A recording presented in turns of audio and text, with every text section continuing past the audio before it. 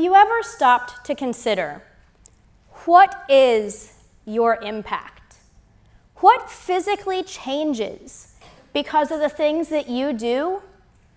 Everything.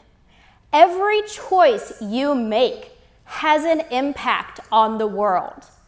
Which leads us to environmentalism. What a buzzword. And dare I say, a bad word to some people.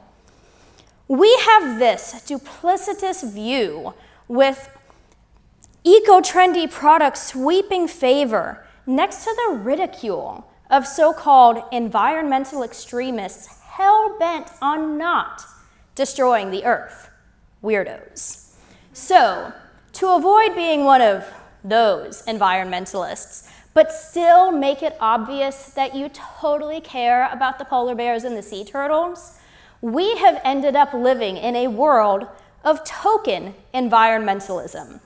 We are surrounded by products made to make us feel better. The simple act of shopping proves that you care about the environment.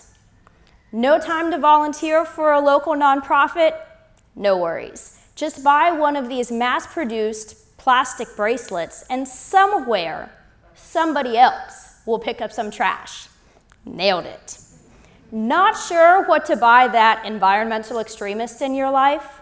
There are tons of eco products mass-produced to replace the products we already use, perfectly packaged to prove that you care about whatever is upsetting this week. But Kitty, you're so negative. What do you want us to do? I want you to think about your impact on the islands around us and flip it to a positive. Can you believe that most of the things we are so reluctant to lose didn't even exist 100 years ago? So let's start off with a baseline agreement. We will not and should not shun the technological advances made in the last 100 years. I drove here. That's pretty neat. However, we have used these resources inappropriately and are destroying the earth. Single-use plastics are killing us. The support of the oil industry and the totally greenwashed, brainwashing scheme that came up with plastics recycling is putting a thin, sparkly veil on the consistent poisoning of the earth and all of its inhabitants. We have microplastics in our blood. We have microplastics deep in our lung tissue. How did we do this? How do we not do this? So let's start out with some low-hanging fruit, literally. Why do I go to the grocery store and find fruit that has been packaged individually in plastic, put in bigger plastic containers, then put again in a larger container and shipped across wherever to get a fruit to me here that already has a protective skin and might just grow in my backyard? Now, I know that not everybody can go outside and pick a fruit to eat 12 months out of the year. But if you can, and when you can, do it. That single-use plastic-wrapped fruit that you are eating is dripping in oil and climate-changing consequences. You know what else is ridiculous? Water.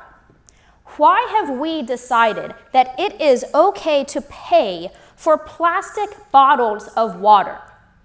100 years ago, your grandmother would have had some choice words if you told her that she had to pay for tiny containers of water instead of using what freely falls from the sky. But now, we pay corporations to make plastic bottles that they then fill with water that they probably got for free. This is a fun way of saying stolen. Also, Plastic bottles are just oil dripping in climate changing consequences. Speaking of climate changing consequences, have you noticed how hot it's getting?